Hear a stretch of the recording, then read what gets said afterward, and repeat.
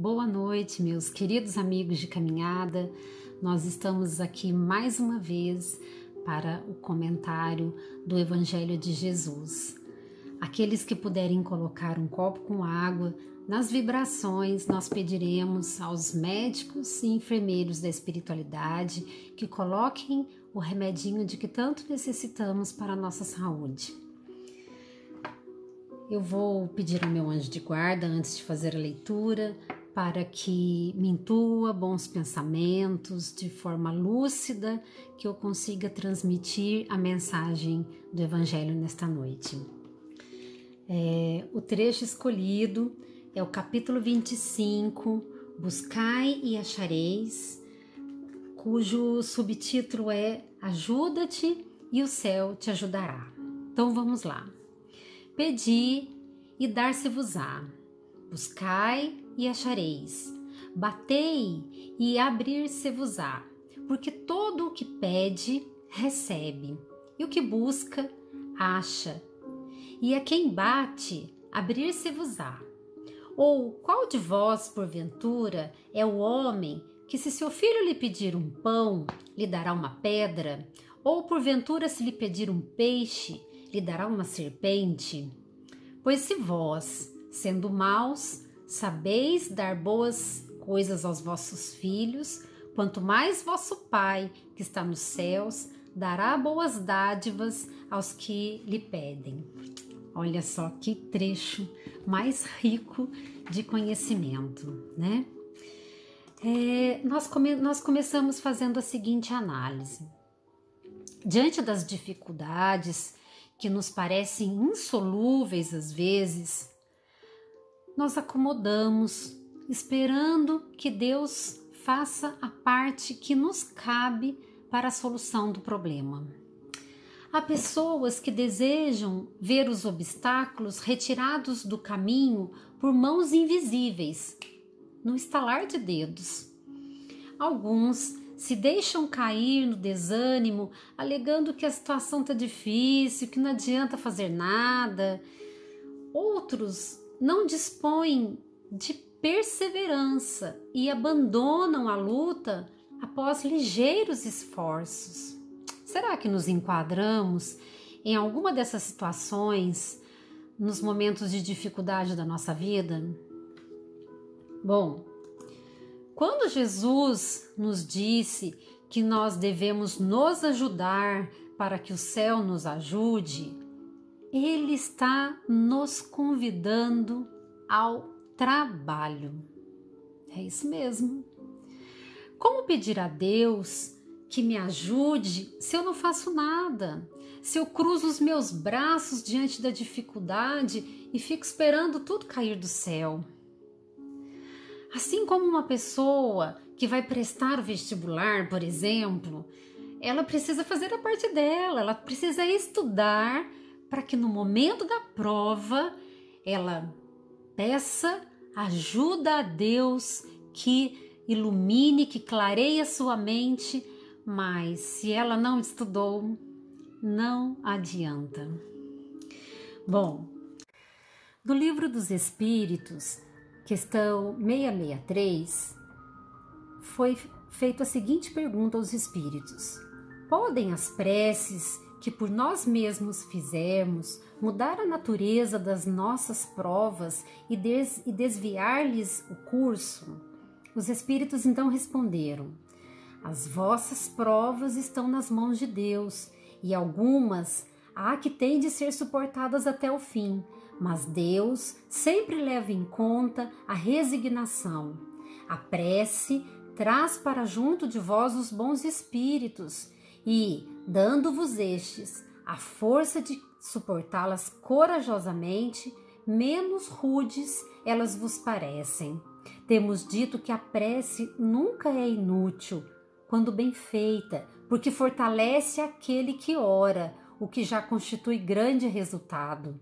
Ajuda-te a ti mesmo e o céu te ajudará, bem o sabes. Demais, não é possível que Deus mude a ordem da natureza ao sabor de cada um, porquanto o que, do vosso ponto de vista mesquinho e o da vossa vida efêmera, vos parece um grande mal, é quase sempre um grande bem na ordem geral do universo. Além disso, de quantos males não se constitui o homem, o próprio autor, pela sua imprevidência ou pelas suas faltas?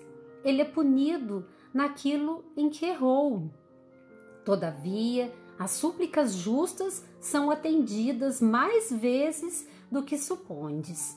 Julgais, de ordinário, que Deus não vos ouviu, porque não fez a vosso favor um milagre, enquanto que se vos assiste por meios tão naturais que vos parecem obra do acaso ou a força das coisas. Muitas vezes também, as mais das vezes mesmos, ele vos sugere a ideia que se vos fará sair da dificuldade pelo vosso próprio esforço. Olha que coisa interessante que os Espíritos, então, vêm nos explicar, né? Tem uma história, que a gente sempre tem uma história entre o mestre e o discípulo, né?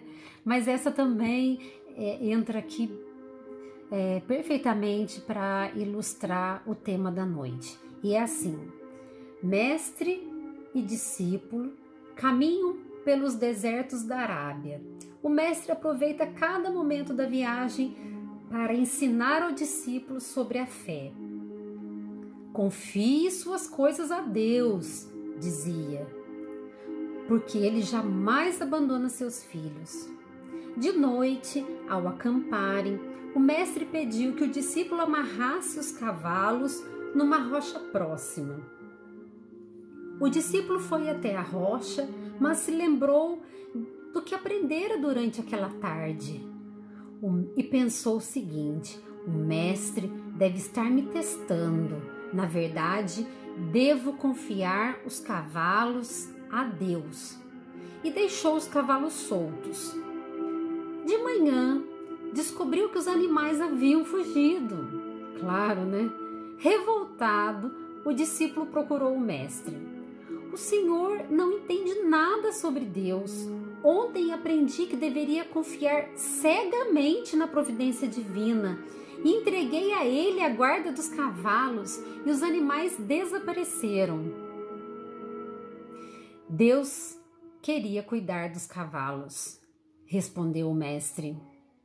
Mas naquele momento, ele precisava de suas mãos para amarrá-los e você não as emprestou. Olha isso, então, que coisa interessante, né? Nós muitas vezes esperamos que tudo aconteça pela providência divina, mas aquela partinha pequena que nos cabe, nós falhamos. Às vezes por acomodação, às vezes por falta de fé, por desespero, né? Acabamos falhando. Por isso que nós precisamos estar atentos. E Jesus nos diz no Evangelho que devemos vigiar, orar e vigiar. Por isso que a vigilância é importante também, né? E para terminar, nossos irmãos, eu vou ler uma mensagem de André Luiz, psicografia do Chico, que o tema da mensagem é Se Você Quiser. Então vamos lá. Diz você que o mundo é um amontoado de males infinitos. Entretanto, se você quiser constituir o bem na própria alma, respirará desde agora na faixa do mundo melhor que surgirá em si mesmo. Diz você que a casa onde reside é uma forja de sofrimento pela incompreensão dos familiares que lhe ignoram os ideais. Contudo, se você quiser servir com paciência e bondade, ajudando a cada um sem reclamar contribuição, embora pouco a pouco passarão todos eles a conhecer-lhes os princípios através de seus atos, convertendo-lhe o lar em ninho de bênçãos. Diz você que a ingratidão mora em seu campo de trabalho, transfigurando em lugar de suplício. Todavia, se você quiser consagrar-se ao próprio dever com humildade e tolerância, observará que o seu exemplo granjeará o respeito e o carinho dos outros, transformando-se-lhe a tarefa em um manancial de alegria. Diz você haver perdido a fé ante aqueles que ensinavam a virtude sem praticá-la. No entanto, se você quiser, cumprirá com tanto devotamento as próprias obrigações que a fé se lhe brilhará no coração por fonte de júbilo intransferível. Diz você que não dispõe de recursos para ajudar ao companheiro em luta maior. Contudo, se você quiser repousar menos alguns minutos em seus lazeres de cada dia, poderá converter algumas horas cada semana em auxílio ou consolação para os semelhantes, conquistando a simpatia e o concurso de muita gente. Lembre-se de que a vida e o tempo são concessões de Deus diretamente a você e, acima de qualquer angústia ou provação, a vida e o tempo responderão a você com a bênção da luz ou com a experiência da sombra, como você quiser. Que mensagem linda essa, hein? Nós já estamos chegando ao final do nosso Evangelho da Noite e vamos agora para os nossos momentos de vibrações, elevando os nossos pensamentos, a nossa energia, àqueles nossos irmãos que hoje se encontram mais necessitados do que nós. Então vamos vibrar. Vibremos pela paz na Terra, pelos dirigentes de todos os países, pelos doentes do corpo e da alma, pelos presidiários, pelos que estão nascendo, que encontrem um lar amoroso e equilibrado, pelos idosos, que tenhamos paciência e muito amor por eles, pelos que desencarnaram, que aceitem com resignação sua nova condição.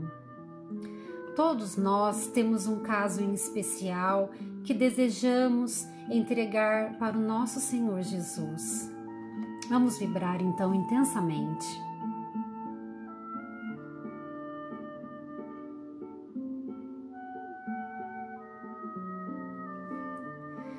Vibremos por nós mesmos, para que tenhamos muita fé e amor em nossos corações.